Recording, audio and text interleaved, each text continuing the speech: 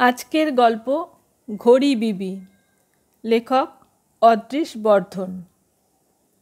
বিয়ের আগে ওর নাম ছিল রাবেয়া, বিয়ের পর নাম দিলাম রেবা। আমি যা ছিলাম তাই রয়ে গেলাম, মিন্টু পাইন, সুবর্ণ বণিক। সিকিখানা কলকাতার মালিক বলতে পারেন আমাকে। বাপ ঠাকুরদার আমলে আরও প্রপার্টি ছিল, এখনও মোহর আছে, হিরে জহরত আছে, থাকে ব্যাংকের লকারে, টাকা ফিক্সড ডিপোজিটে। সুদ যা পায় তা শুনলে চোখ কপালে উঠে যাবে আপনার। সেই সঙ্গে বাড়ি ভাড়ার অঙ্ক যদি শোনেন, হিংসে হবেই। তাই থাকি সাদাসিধেভাবে।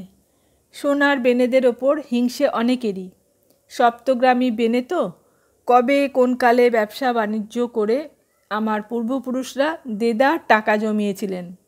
সুদে আসলে তা বাড়তে বাড়তে এমন অবস্থায় পৌঁছেছে যে সারা জীবন লাট সাহেবি করে কাটালেও আমার পরের সাতপুরুষ বসে খেয়ে যেতে পারবে। আমি কিন্তু কোনো রকম নষ্টামির মধ্যে যাইনি। বাবা এবং মা অকালেই স্বর্গধামে রওনা হওয়ার সময়ও আমি ব্যাচেলার, কিন্তু সাতগেইয়া স্টাইলে রক্ষিতা ফক্ষিতাও রাখিনি। আমার একমাত্র নেশা সন্ধে নাগাদ একটা ধনে পরিমাণে আফিং দুধ দিয়ে খাওয়া, আর কেবল দেশ দেখে বেড়ানো। পৃথিবীটাকে বার কয়েক পাক দিয়ে এসেছি। ফ্র্যাঙ্কলি সব কথা বললাম। এরপর আমার এই আশ্চর্য কাহিনী বিশ্বাস করা না করা আপনার অভিরুচি। মুর্শিদাবাদের হাজারদুয়ারি দেখে বেরিয়ে আসার সময় গাছতলায় একটি পরমা সুন্দরীকে একদিন বসে বসে কাঁদতে দেখে চমকে উঠেছিলাম। আমি সাতগেইয়া আত্মীয় স্বজনের মধ্যেই ডাক সাইটে সুন্দরীদের দেখেছি ছোটোবেলা থেকেই। রূপ টুপ তাই কোনো কালেই আমাকে টলাতে পারে না, কিন্তু হাজারদুয়ারির বাইরে সেই অনিন্দ সুন্দরীকে দেখে আপনা থেকেই পা থেমে গেল আমার। বয়স তার বড় জোর 20। কসমেটিক্সের ভর্কি একদম নেই চোখে মুখে, সবটাই ভগবানের দেওয়া। অমন কালো চোখ আমার সাতগেইয়া মহলেও কখনো দেখিনি। অমন ঘন কালো কোকড়া চুল, দুধে আলতায় গোলা গায়ের রং, আর নিখুঁত গড়ন পেটন সারা পৃথিবী ঘুরে এসেও দেখিনি। গাছতলায় একলা বসে এমন ভুবনমোহিনীকে কাঁদতে দেখে আমার মন চঞ্চল হয়েছিল।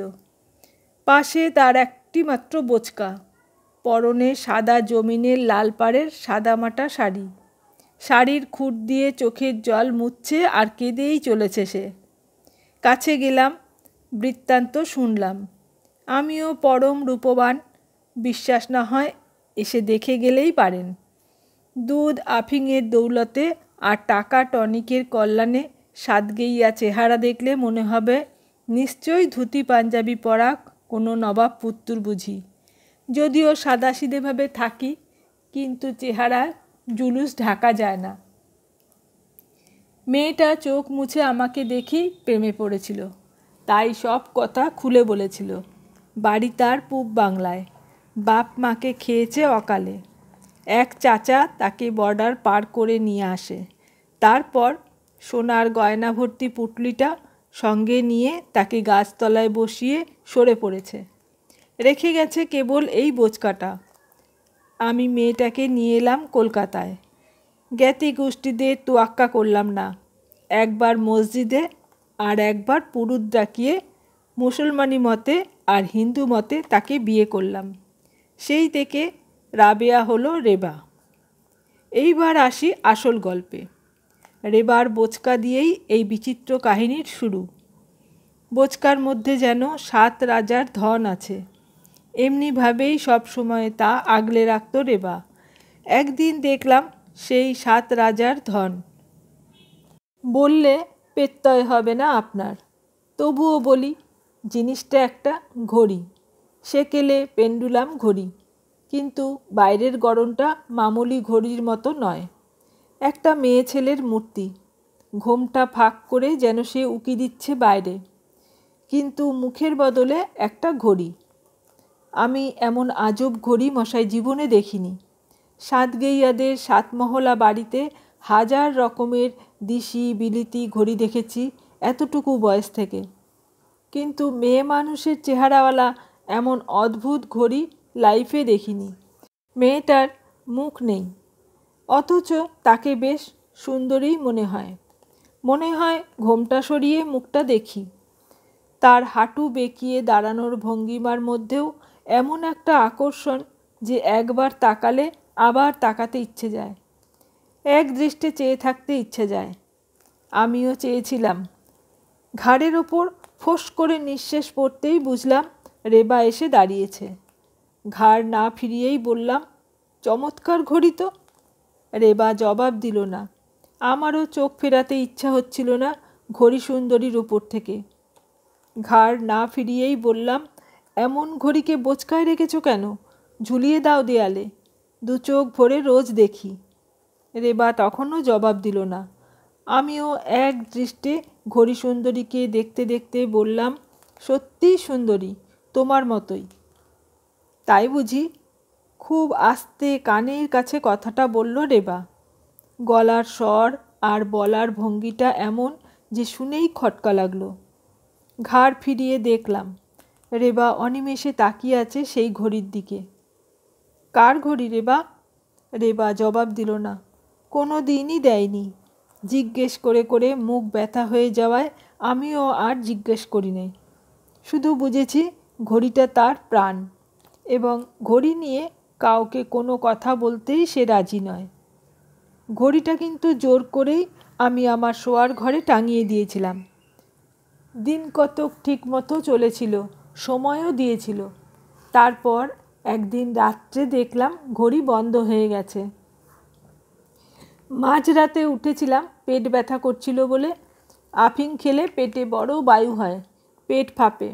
আমারও ঘুম ভেঙে গেছে, এমনিতে বায়ুর রোগ, তার ওপর আফিং। রেবা ঘুমোচ্ছে দেখে আমি নেমে এলাম খাট থেকে। চোখ পড়ল ঘড়ির ওপর। দেখলাম পেন্ডুলাম দুলছে না, তার মানে ঘড়ি থেমে গেছে। দম দেওয়া হয়নি বোধহয়। ও ঘড়িতে দম দেওয়ার ভার অবশ্য আমার নয়, রেবার। দম দেওয়া, তেল দেওয়া সব ওর কাজ। তাই ঘড়ি বন্ধ দেখে আমি আর ঘড়িতে হাত না দিয়ে খাটের পাশ দিয়ে বাথরুমের দিকে এগোচ্ছি। এমন সময়ে টিকটক টিকটক আওয়াজ কানে ভেসে এলো। ঘড়ি তো বন্ধ, অথচ স্পষ্ট পেন্ডুলাম দোলার আওয়াজ হচ্ছে। ফিরে দেখলাম পেন্ডুলাম দুলছে না, ঘড়ি বন্ধ, অথচ টিকটক টিকটক আওয়াজটা বেশ শোনা যাচ্ছে। ঘর নিস্তব্ধ বলেই স্পষ্ট কানে বাজছে।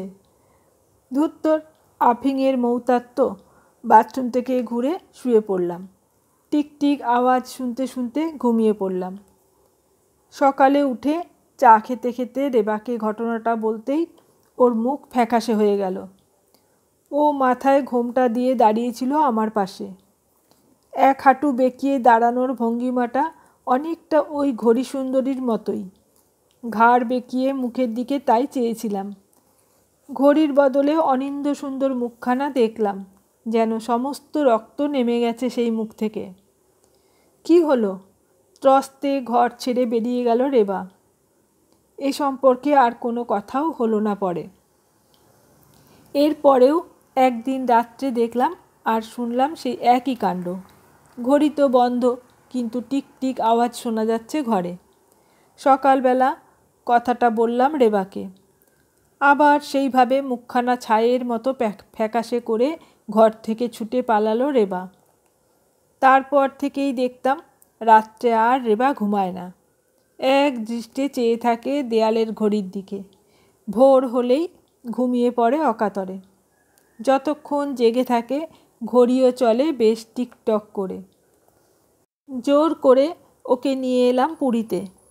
ঘড়িটা আনতে চেয়েছিল সঙ্গে, আমি রাজি হইনি। আমার মন বলছে ওই ঘড়িই যত নষ্টের গোড়া, ওকে দূরে রাখা দরকার। পুরীতে রাত্রে ঘুম ভেঙে গেল ঢেউয়ের গর্জনে। শুধু ঢেউয়ের গর্জনে নয়, আরও একটা আওয়াজে। টিকটক শব্দটা যেন কানের কাছেই বাজছে। উঠে বসলাম। ঘরে কোথাও ঘড়ি নেই। আমার হাতে ইলেকট্রনিক রিস্টওয়াচ, শব্দের বালাই নেই। টর্চ জ্বেলে দেখছিলাম আশপাশ। হঠাৎ টর্চের আলো রেবার চুলের ওপর পড়তেই চমকে উঠলাম। ওর মাথা ভর্তি ঘন কালো চুলের মধ্যে সেই প্রথম সাদার ঝিলিক চোখে পড়ল। এর আগে ওর মাথায় পাকা চুল কখনো দেখিনি। এই বয়সে চুল পাকার কথা ভাবাও যায় না। উদ্বেগে অবশ্য পাকে। ঠিক করলাম কলকাতায় ফিরেই ডাক্তার দেখাতে হবে। সকাল হলো, আমার আগে অনেক ভোরে উঠে পড়েছিল রেবা। মুখ চোখ বড্ড ক্লান্ত দেখলাম, যেন রাতারাতি বুড়িয়ে গেছে। মাথার পাকা চুলের সংখ্যা আরও বেড়েছে। ক্লান্ত চোখে ক্লান্ত কণ্ঠে ও বললে, বাড়ি চলো এখনই।